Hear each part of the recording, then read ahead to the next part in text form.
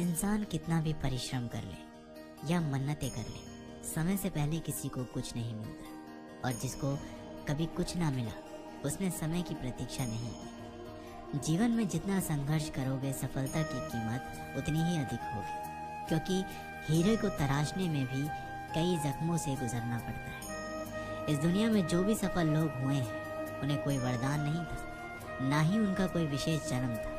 वे अपनी मेहनत व कर्मों से ही महान बने हैं। जो मनुष्य धोखे से या कूटनीति से सफलता हासिल करता है वह सबसे बड़ा पापी होता है, क्योंकि शायद उसने किसी जरूरतमंद का जीवन तबाह किया हो। किसी कार्य के प्रति अगर आपका नजरिया तथा लगन है तो वह कार्य न जानते हुए भी आपको आधी सफलता दिला ही देता है। किसी भी अच्छे कार्य को शुरू करने के लिए कभी भी शुभ मुहूर्त की तलाश न करें, क्योंकि शुभ मुहूर्त तो वही था जब आपने उसके बारे में सोचा था। बाहरी सुंदरता की ओर कभी भी आकर्षित मत हो, क्योंकि अक्सर खूबसूरती में कई राज समाये हुए होते हैं। जो काम आपसे हो सकता है वो कभी भी दूसरों से मत कराना। अक्सर लोगों में गलतफहमी उत्पन्न हो जाती है।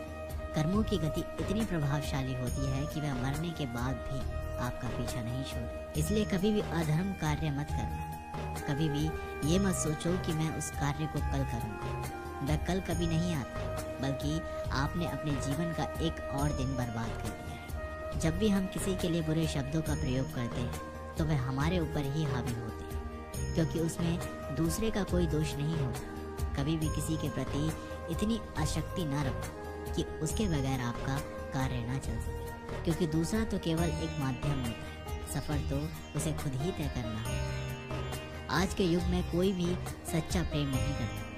वह अपने ही स्वार्थ के लिए उसे चुनता है और वक्त निकलते ही उसे छोड़ देता है। जबकि सच्चा प्रेम तो वो है जो बिना चाह के भी कभी आपका साथ नहीं छोड़ता। किसी भी व्यक्ति के पास इतना समय नहीं होता कि वह किसी की तारीफ कर सके, क्योंकि वह अपने बारे में अच्छा सुनने की इच्छा से दूसरों की तारीफ करता है। जब भी आपको लगे कि आप अकेले हैं तो किसी के सहारे की बजाय अपने अंदर बैठे उस सच्चे मित्र ईश्वर से पूछें, जो हर समय आपके हित के लिए ही सोचता है। अगर सहारा किसी का जीवन बना देता है तो ये प्रकृति इतनी सुंदर ना होती, क्योंकि जो आगे बढ़ने के लिए सहारा ढूंढता है वह पहले से ही बहुत पीछे चला जाता है। आलस्य मनुष्य का सबसे बड़ा शत्रु है। जिस शरीर में रहता है उसका नाश कर देता है। व्यायाम के करने से हमारा शरीर व मन जिस प्रकार से स्वस्थ होता है, उसी प्रकार से नियमित ध्यान करने से मस्तिष्क व हृदय पवित्र होता है। आलसी व्यक्ति के अंदर कभी विद्या का वास नहीं होता, बल्कि कुरीति तथा कुभावना का विकास होता है।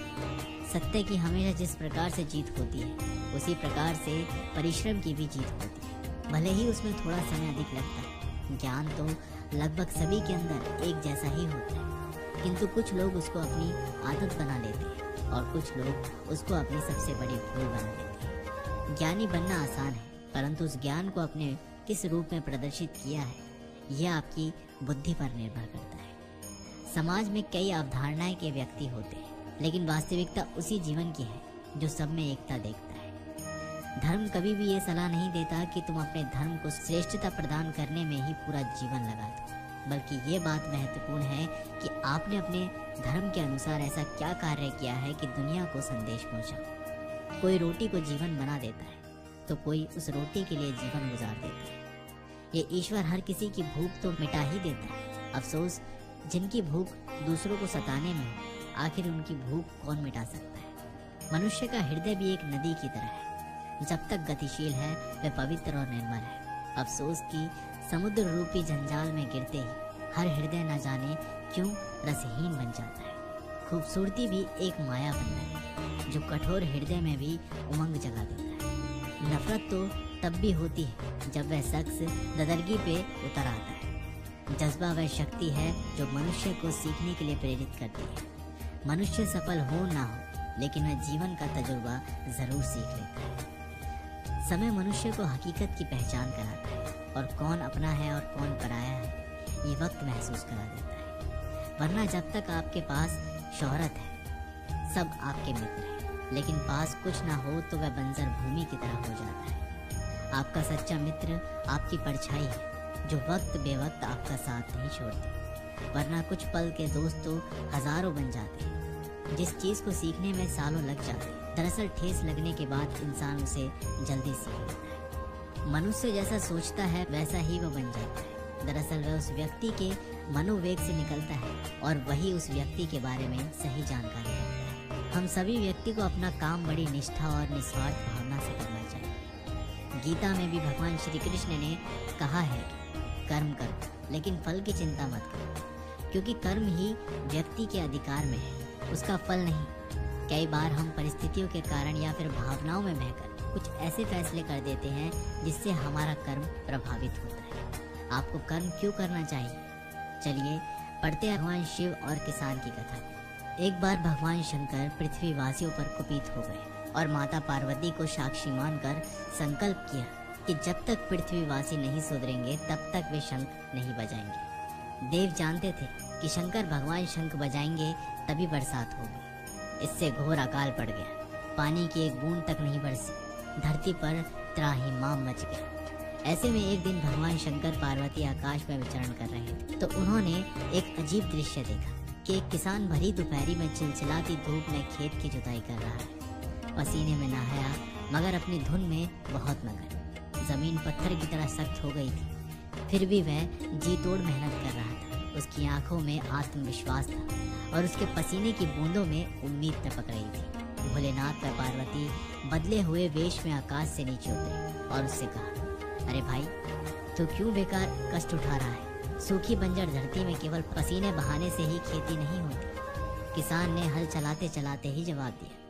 हाँ बिल्कुल ठीक कह रहे हैं श्रीमान, मगर हल चलाने का गुण भूल ना जाऊं, इसलिए मैं हर साल पूरी लगन के साथ जुताई करता हूँ। जुताई करना भूल गया तो केवल वर्षा से खेती हो सकेगी क्या? मेहनत का अपना ही परम आनंद है। मैं लोभ के लिए खेती नहीं करता।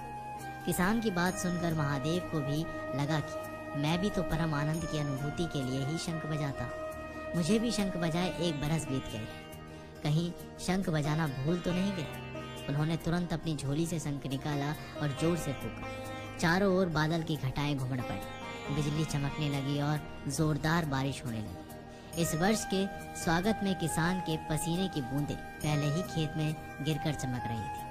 हमारा जो काम है उसे अपनी पूरी निष्ठा से बिना किसी लोभ लालच के करना चाहिए, इसी में परम सुख है। तो दोस्तों, इस वीडियो में बस इतना ही। आशा करता हूँ कि आप लोगों ने इस वीडियो से काफ़ी कुछ सीखा होगा। मिलते हैं आप लोगों से एक नई वीडियो के माध्यम से।